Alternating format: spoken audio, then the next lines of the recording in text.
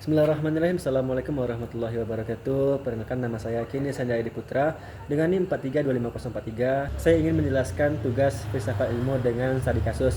Apa hubungannya abad pertengahan dengan hoax zaman sekarang? Pernah nggak kira-kira kawan melihat berita viral yang bikin heboh? Ternyata bohong. Kita hidup di zaman yang super cepat. Tapi anehnya masalah kebenaran malah makin ribet. Menariknya, persoalan seperti ini sebenarnya sudah dibahas sejak lama, yaitu pada abad pertengahan. Nah, zaman ratusan tahun lalu itu justru punya pelajaran penting untuk kita yang hidup di era TikTok dan AI pada saat ini. Nah, yang pertama yang saya bahas adalah abad pertengahan itu tidak sesuram yang dibayangkan oleh orang-orang. Kalau kita dengar-dengar nih, abad pertengahan, banyak yang memikirkan itu adalah zaman gelap. Padahal nyatanya, sepenuhnya tidak semua benar. Justru di masa itulah banyak para ilmuwan dan filsuf yang mulai merapikan bagaimana cara berpikir manusia. Ada Ibnu Sina yang mengembangkan ilmu kedokteran berbasis observasi, ada juga Ibnu Rusdi yang fokus pada logika, dan ada juga Thomas Aquinas yang nyoba menjelaskan bahwa iman dan akal itu bisa berjalan bersamaan.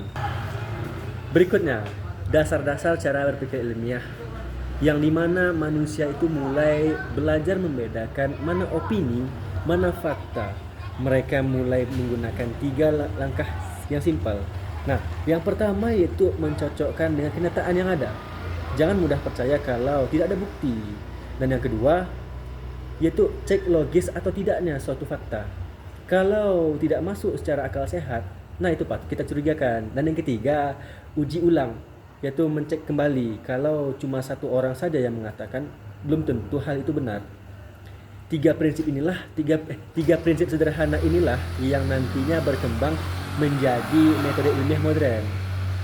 Selanjutnya membahas tentang zaman sekarang, yaitu tantangannya sama tapi lebih ribet itu. Kita punya internet, kita punya AI, kita punya medsos. Nah, segala macam teknologi kita memiliki, tapi lucunya masalah manusia masih saja sama.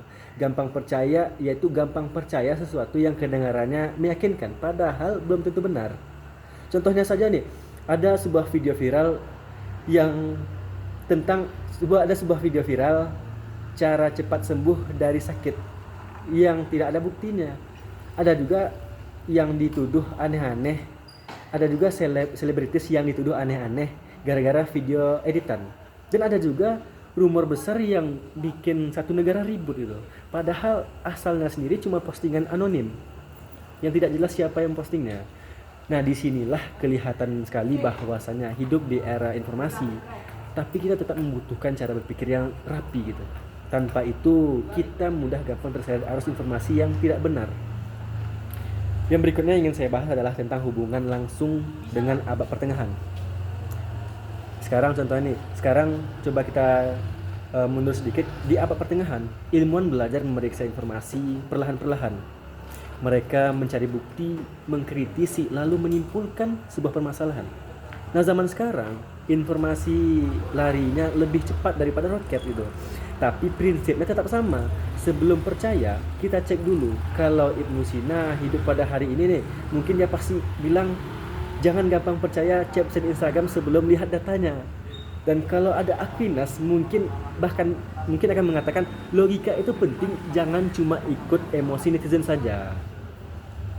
Pembahasan berikutnya yang saya bahas adalah pelajaran yang masih relevan. Jadi pelajaran paling simpel dari abad tengah itu sebenarnya apa?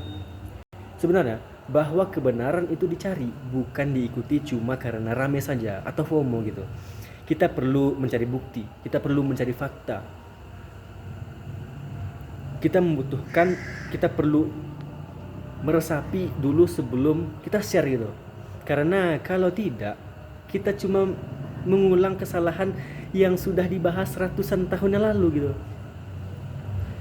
Dan jadi dari abad tengah sampai era digital, satu hal yang tidak pernah berubah pada manusia yaitu selalu mencari kebenaran. Bedanya cuma alatnya saja yang berbeda. Dan selama kita masih menggunakan akal sehat dan bukti nyata, kita tidak akan pernah gampang dikibuli oleh zaman. Nah, itu saja yang bisa saya sampaikan tentang filsafat ilmu. Terima kasih sudah menonton. Saya akhiri dengan barakallahu fikum. Wassalamualaikum warahmatullahi wabarakatuh.